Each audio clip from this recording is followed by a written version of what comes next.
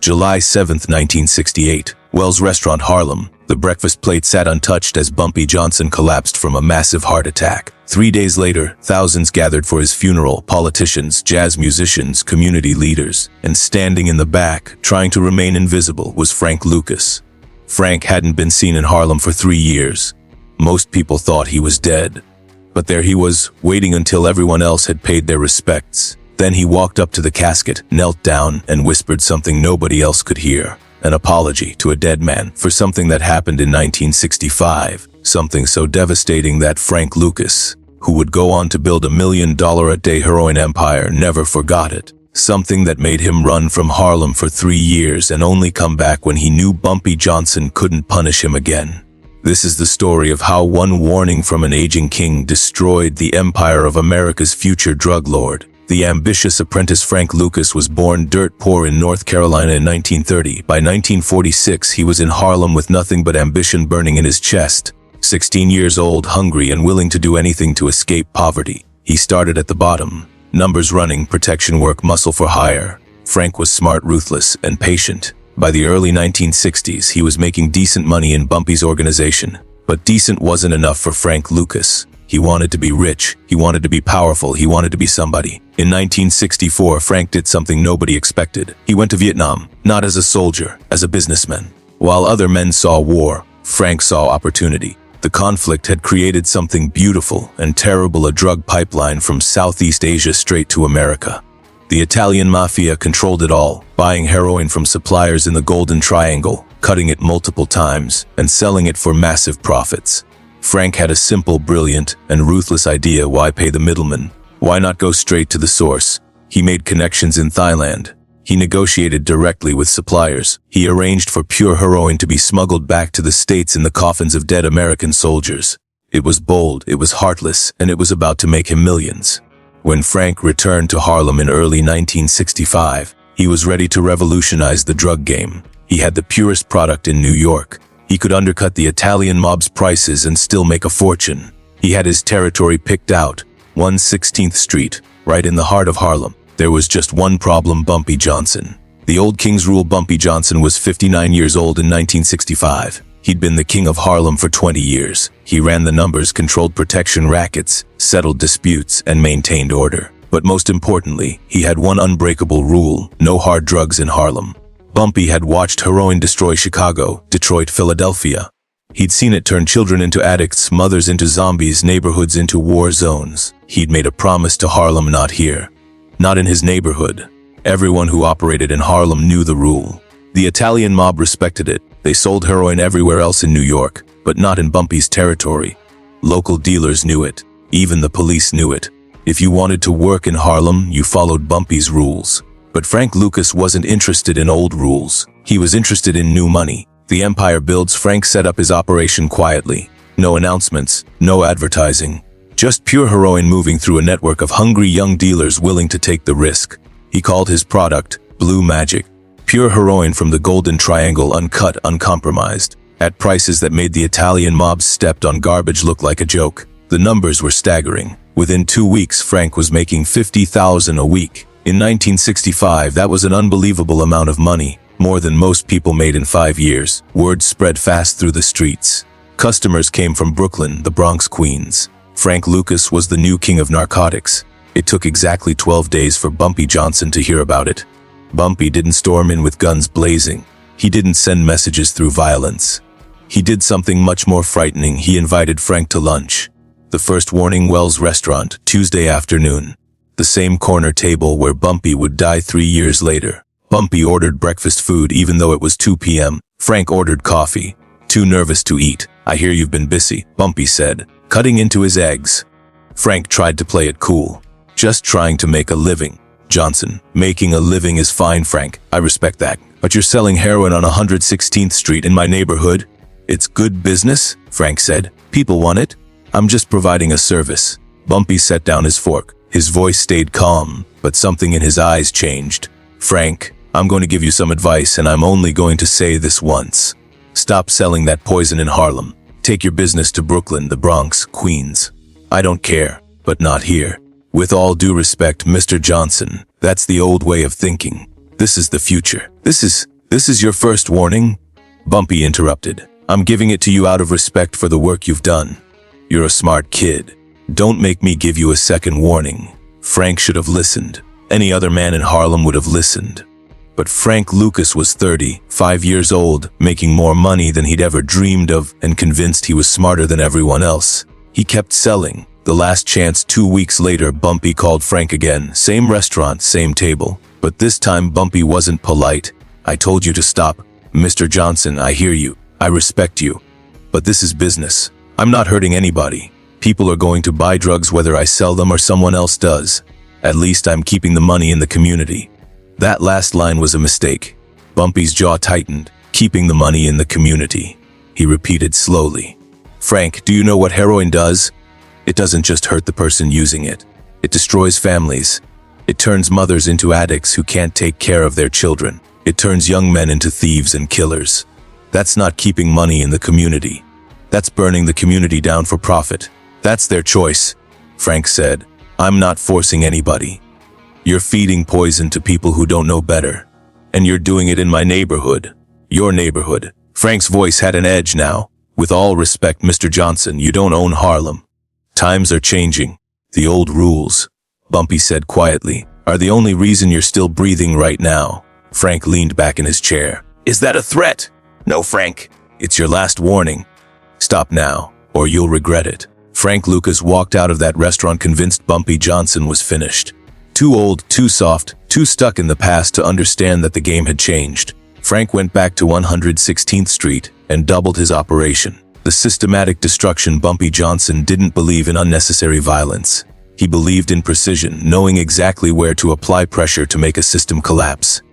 Frank Lucas's operation depended on 5 key elements: suppliers, transportation, distributors, protection, and trust. If any one of those disappeared, the whole thing would fall apart.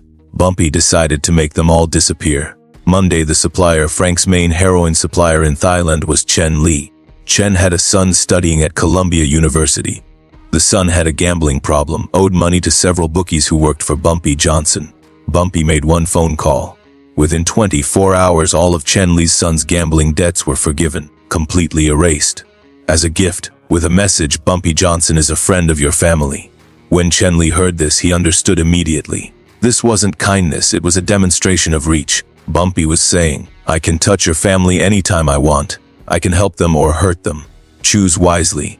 Chen Lee stopped taking Frank's calls. Tuesday, the transportation. Frank was smuggling heroin in coffins of dead soldiers being flown back from Vietnam. It required cooperation from military officials, mortuary workers, customs agents, people being paid off.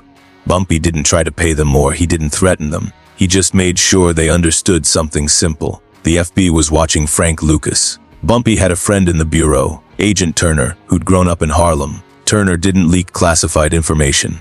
He just started asking casual questions. You know anything about Frank Lucas? We've been hearing his name. That was all it took. When you're taking bribes to smuggle drugs in dead soldiers' coffins, even a hint of federal attention is too much risk. By Wednesday, Frank couldn't get product into the country. Thursday, the distribution network. Frank's dealers were young, hungry, and loyal to money, not to Frank.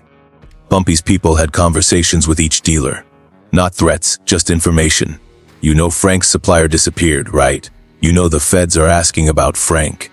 You know Frank's not going to be able to protect you when this all falls apart. Some dealers quit immediately. Others tried to hold out.